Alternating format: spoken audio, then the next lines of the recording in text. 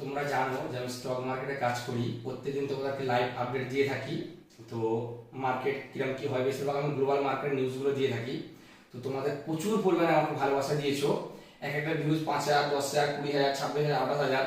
তো যাই হোক, অনেক স্টুডেন্টরা নতুন করে শিখতে আসছো।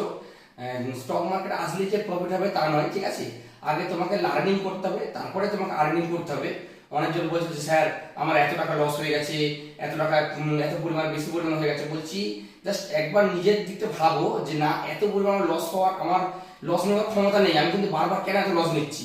তাহলে একটু ব্রেক নেওয়া দরকার ছিল তোমাদের, ঠিক আছে? তো রাতারাতি কেউ তো 5 লাখ, 10 লাখ, 20 লাখ লস করেনি, প্রচুর টাকা লস হয়েছে। আমি সবসময় তোমাদেরকে বলি যে ছোট থেকে শুরু করবে, ছোট থেকে শুরু করলে তাহলে কি হবে, লসটাও অল্প হবে, প্রফিটটাও অল্প হবে। তাড়াতাড়ি বড় লোক হওয়ার স্টক মার্কেট কখনোই না, ঠিক আছে?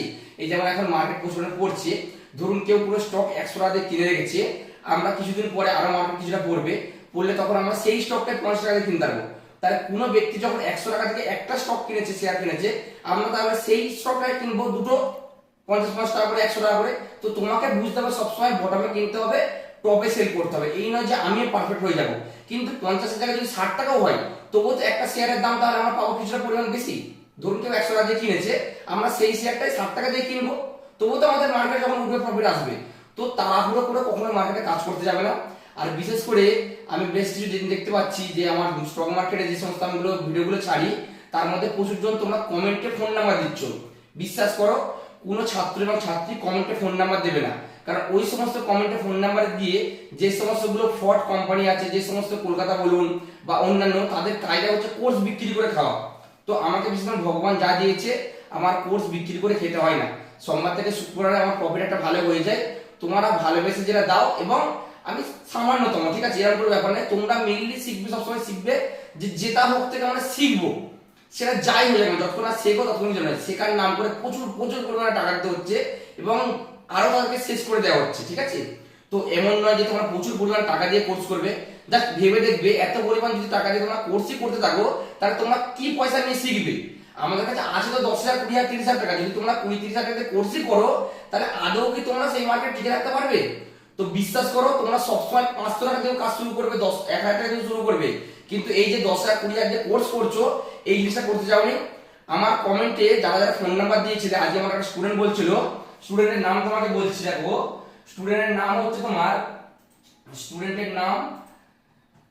নাম নান্টু দেবনাথ, ওনার বাড়ি শান্তিপুরে। তো ওনাকে আমার এখানে কমেন্ট করার পরে ফোন করে একজন অফিস থেকে বলা হয় যে স্যার আপনি আমার কাছে কোর্স করুন, বা আমাদের 7,000, 10,000, বিশ্বাস করো শুধুমাত্র তারা অফিস খুলে রেখেছে 7,000, 10,000 কোর্স নেওয়ার জন্য।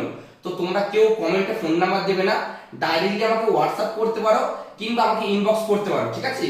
আর এত পরিমাণ টাকা দিয়ে শেখার কোনো মায়না হয় না। মনে রাখবে, যতক্ষণ না তুমি নিজে মার্কেটকে ফিস দিচ্ছ, মার্কেট তোমাকে কিচ্ছু শেখাবে না। সব থেকে বড় জিনিস হচ্ছে, মার্কেট যখন কিছুটা লস নেবে, তখন ওটাই তোমার বড় শিক্ষা। এই নয় যে তুমি কারো কাছে প্রচুর পরিমাণে টাকা দিয়ে শিখবে।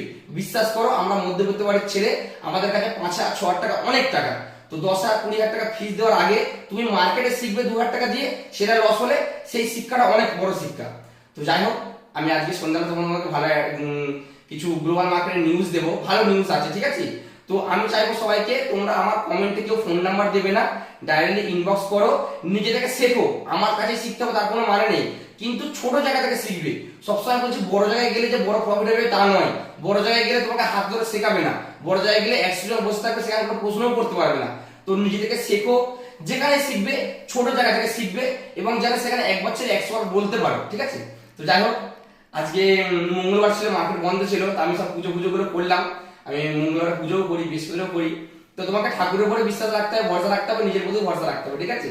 তো আমার ভিডিওগুলো যদি ভালো লাগে, তাহলে অবশ্যই আমাকে ফলো করবে। আর যদি স্টক মার্কেট সম্বন্ধে বা পার্সোনালি কোনো জিনিস জিজ্ঞাসা করার থাকে, আমাকে কমেন্ট করবে, আর বন্ধুদের দেখার জন্য শেয়ার করে দেবে।